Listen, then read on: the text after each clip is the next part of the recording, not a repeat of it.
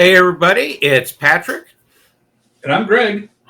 with the next in our series of Advent Calendar reveals featuring retro computers that we've all used. All right, excellent. What do we have today, Patrick? Okay, Greg, today we have the Heathkit H8 personal computer. This was the first of a series of kit computers that Heathkit developed and sold. This one was a competitor to the MITS Altair we talked about earlier. It used an 8080A processor, which is similar to the processor in the Altair. The big difference is, and you'll notice in the picture, it's a lot smaller because instead of using the S100 bus that a lot of the others systems use, Heathkit developed their own 50-pin bus that was smaller, it was more robust, and better designed electrically. So they had a lot of popularity. They also had peripherals that they launched at the same time. You'll see in this picture, they have their dual floppy system, and they also had a terminal. And in fact, you could buy this whole thing as a kit, or you could buy the whole kit and caboodle with terminal H8 and floppy drives for back then at about $2,000. Greg, do you know what that $2,000 would translate in today's dollars?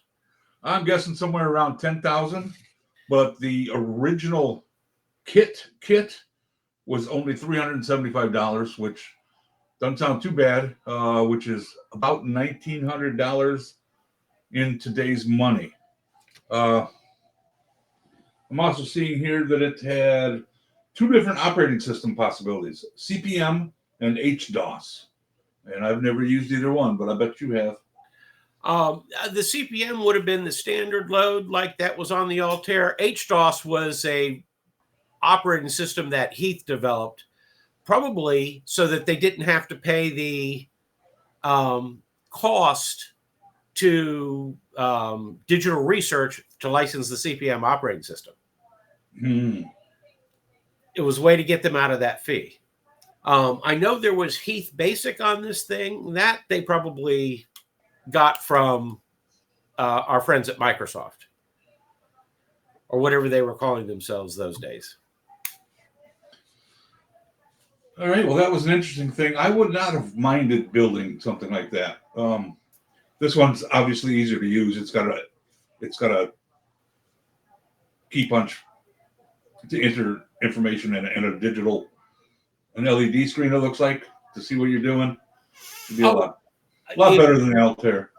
Well, in fact, remember I said something about on the Altair, you flipped up 16 switches to make a character from 0 to hex F. If you notice that keypad, it has 16 keys on it. Those are, you can set one byte. It's a hex keyboard. Okay. You can set a 256-bit byte on the front panel, and you only had to hit one button instead of all those switches. And I believed you programmed it. If you wanted to put in 10 bytes, you just sat there and pressed the 10 bytes in a row, and you were programming memory that way. Well, at least they're up to floppy drives now. Oh, this is true. Okay. Hope you like this latest reveal on our Advent calendar of retro computers. If you like this video, please give us a thumbs up. And if you want to keep watching, hit that subscribe button.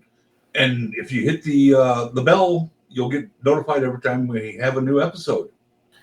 And if you haven't watched all of the videos in this series, there should be a link on your screen so you can go to our Advent calendar playlist and see past episodes.